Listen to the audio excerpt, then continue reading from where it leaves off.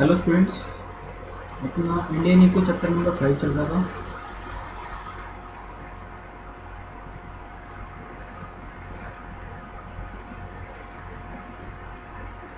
ये हमने कंप्लीट कर लिया था। आज की क्लास में ऊपर करना direction of foreign trade.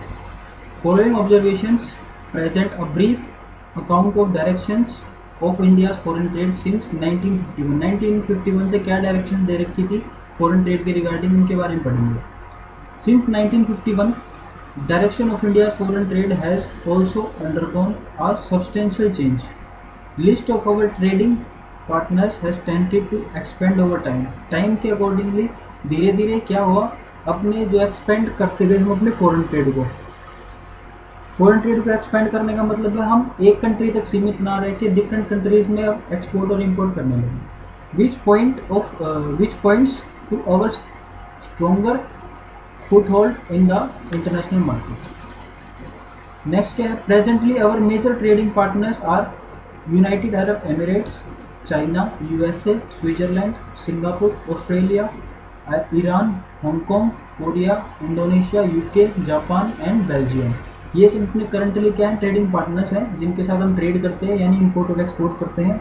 This is in sharp contrast to pre-1951 scenario when our international trade was confined largely to UK, USA and Commonwealth countries। तो पहले रिस्ट्रिक्टेड था इन 3 कंट्रीज में, लेकिन कॉमनवेल्थ कंट्रीज में, यूके और यूएसए में आज की डेट में इतना अपना वास्ट हो चुका है क्या, ट्रेडिंग पार्टनर्स, ट्रेड जो हम करते हैं इतनी कंट्रीज तक फैल चुका है।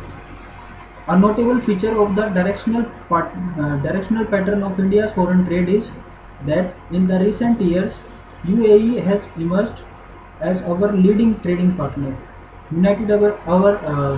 यूएई जो है, यूनाइटेड अरब एमिरेट्स जो है, वो सबसे उभर के आया है किस चीज़ में, ट्रेडिंग पार्टनर में।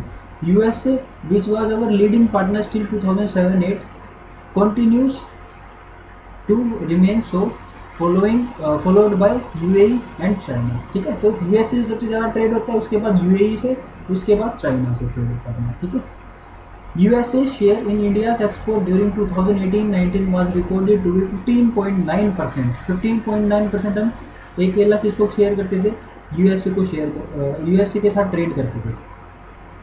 While that is UAE was 9.1%। 9.1% किसके साथ शेयर करते थे अपने एक्सपोर्ट का, किसके साथ, यूएई के साथ, और 15.9% यूएसए के साथ। Likewise China share of India in India's export was recorded to be 5.1%।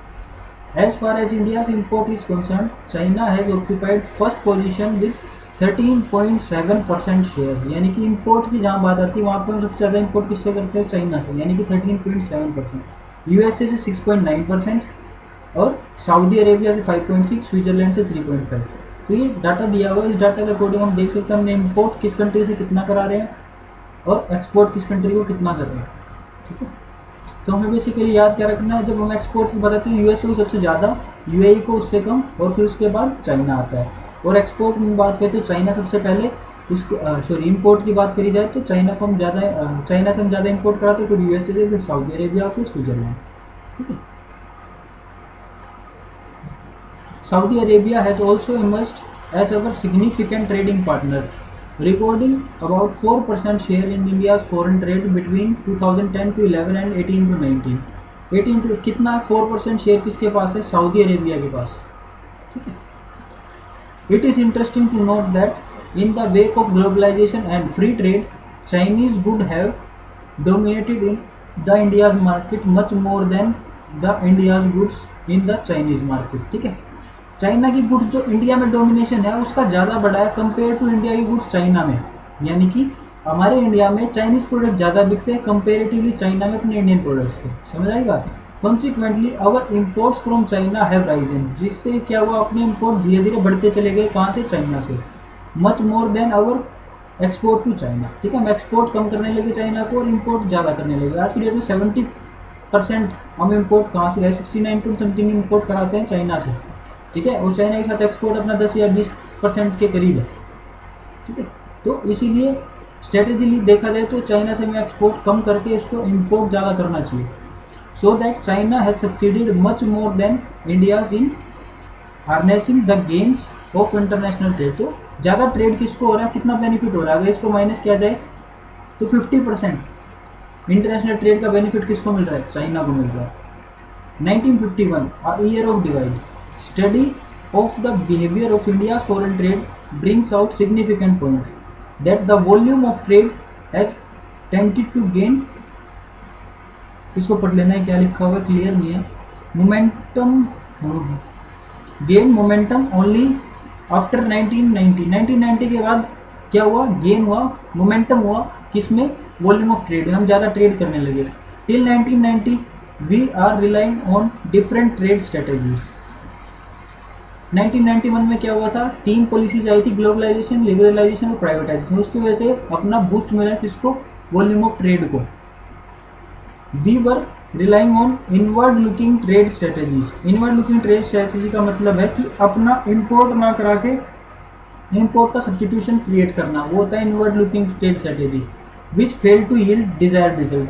ठीक है, इससे पहले 1991 से पहले हमारी ये पॉलिसी थी कि हम अपने आप उसका सब्सटीट्यूट बनाने की कोशिश करें, बट उसका बेटर रिजल्ट नहीं मिल रहे थे। It was only in 1991 that we shifted to the strategy of export promotion, हमने एक्सपोर्ट प्रमोशन को बढ़ाया and triggered the rise in our exports and imports. ठीक है, इस वजह से ग्लोबलाइजेशन, प्राइवेटाइजेशन और लिबरलाइजेशन आया।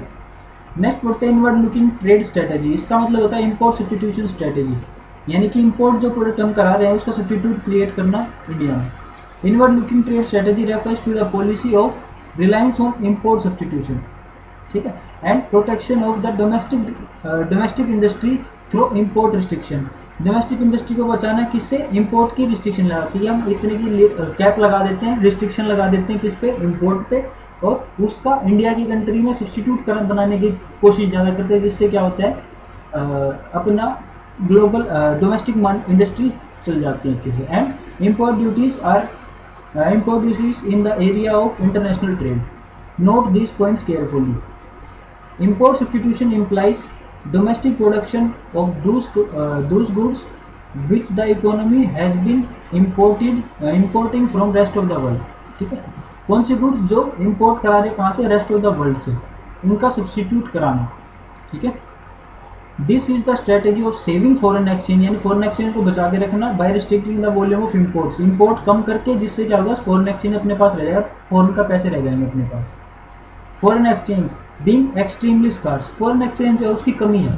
ठीक है, फॉरेन एक्सचेंज यानी फॉरेन की करेंसी की अपने पास कमी है। Was to be utilised for developmental imports, यानी कि ऐसे इंपोर्ट पे लगाना जो यहाँ पे उनका सब्स्टिट्यूट बन ही नहीं सकता। Referring to imports of such plant and machineries which are essential for growth and development, जो ग्रोथ एंड डेवलपमेंट के लिए जरूरी है वो मशीनरी और प्लांट को इंपोर्ट कराना, तो वहाँ पर उस पैसे को लगाना, ना कि डिफरेंट गुड्स में लगाना जो इंडिया में सब्स्टिट्यूट क्रिएट किए जा सकते हैं उनके, उन पे नहीं लगाना। But can not be produce domestically, ऐसी मशीनरी और प्लांट को इंपोर्ट कराना जो ग्रोथ डेवलपमेंट देंगे और जिनका डोमेस्टिकली हम उनको प्रोड्यूस नहीं कर सकते, owing to lack of technology और owing to lack of investment fund. By adopting inward looking trade strategy the government prefer to economise the use of foreign exchange through import substitution rather than maximise the generation of foreign exchange, यानी कि maximisation नहीं करना foreign exchange का through export promotion, और उसका क्या करना, economise, better use करना फॉरेन एक्सचेंज का, ना कि मैक्सिमम यूज करना। Also the government wanted to protect the domestic industry from international competition, international competition से उसको बचा के रखने के लिए भी क्या जरूरी था, इंपोर्ट कराने वाले गुड्स का सब्स्टिट्यूट क्रिएट करना। ठीक है, तो आज की डेट में जो कंडीशन चल रही है उसके हिसाब से हमें ये पॉलिसी अपनानी चाहिए कि हमें इंपोर्ट जो हम चाइना से करा रहे हैं उसका सब्स्टिट्यूट क्रिएट करना चाहिए, जिससे क्या हो, चाइना से होने वाला इतना ट्रेड का जो डेफिसिट है वो कम किया जा सके। ठीक है, हम 70% वहाँ से इंपोर्ट कर रहे हैं, 20% उसको वापस भेज रहे हैं, तो 50% का लॉस हो रहा है हमें फॉरेन एक्सचेंज का। ठीक है, वो कम करने के लिए हमें इंपोर्ट सब्स्टिट्यूशन बनाना चाहिए। क्लियर है। Impact of inward looking trade strategy ये पढ़ेंगे अपनी कल की क्लास में, उसके गुड इम्पैक्ट्स हैं और बैड इम्पैक्ट्स होंगे। ठीक है, कल की क्लास में उसको खत्म कर दें, चैप्टर में फिनिश हो जाएगा।